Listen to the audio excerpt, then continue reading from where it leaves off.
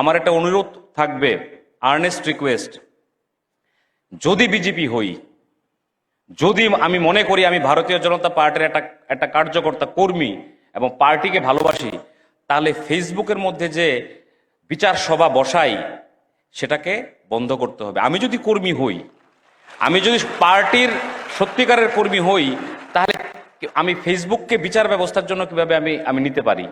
আমার বলার জায়গা আছে, আমার ক্ষোভ প্রকাশ করার জায়গা আছে, সেই জায়গায় আমাদের যেতে হবে। আর নাইলে কি হবে, পার্টি কিন্তু এগুলো খুব ক্লোজলি ফলো করে, যে কার অ্যাক্টিভিটিস কি, কে কিরকম করছে।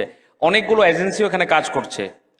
আমি কি করছি, আপনারা কি করছেন, যার যার অ্যাক্টিভিটি সম্পর্কে কিন্তু আমাদের কেন্দ্রীয় নেতৃত্ব তারা পুঙ্খানুপুঙ্খানু তারা খোঁজ খবর রাখে। তো ফেসবুকে যদি আমি আমার পার্টিকে ভালোবাসি, আমি যদি একটা ঊর্ধ্বতন কর্তৃপক্ষ সম্পর্কে লিখে দিলাম ফেসবুকে, তাহলে কি এটা পার্টির জন্য ভালো হবে? এটা তো পার্টির জন্য ভালো হবে না। তাহলে এটা কোন বিজেপি করি আমরা?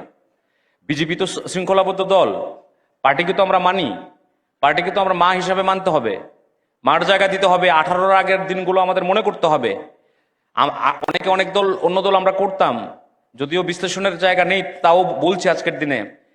তখন কি হতো, আমাদের পরিশ্রম, আমাদের রক্তের বিনিময়, আমাদের ঘাম ঝরানো পরিশ্রম, এই সমস্ত বিক্রি হয়ে যেত।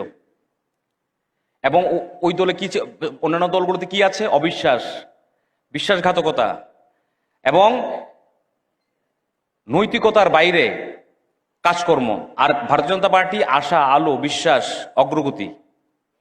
তাহলে পার্টিকে যদি ভালোবাসি, পার্টিকে যদি মা হিসেবে ভাবি, আমাদের পার্টির এগেইনস্টে কোনোদিনও কোনো কিছু বলা যাবে না, এবং পার্টিকে আমরা আমাদের সমৃদ্ধ করতে হবে, শক্তিশালী করতে হবে।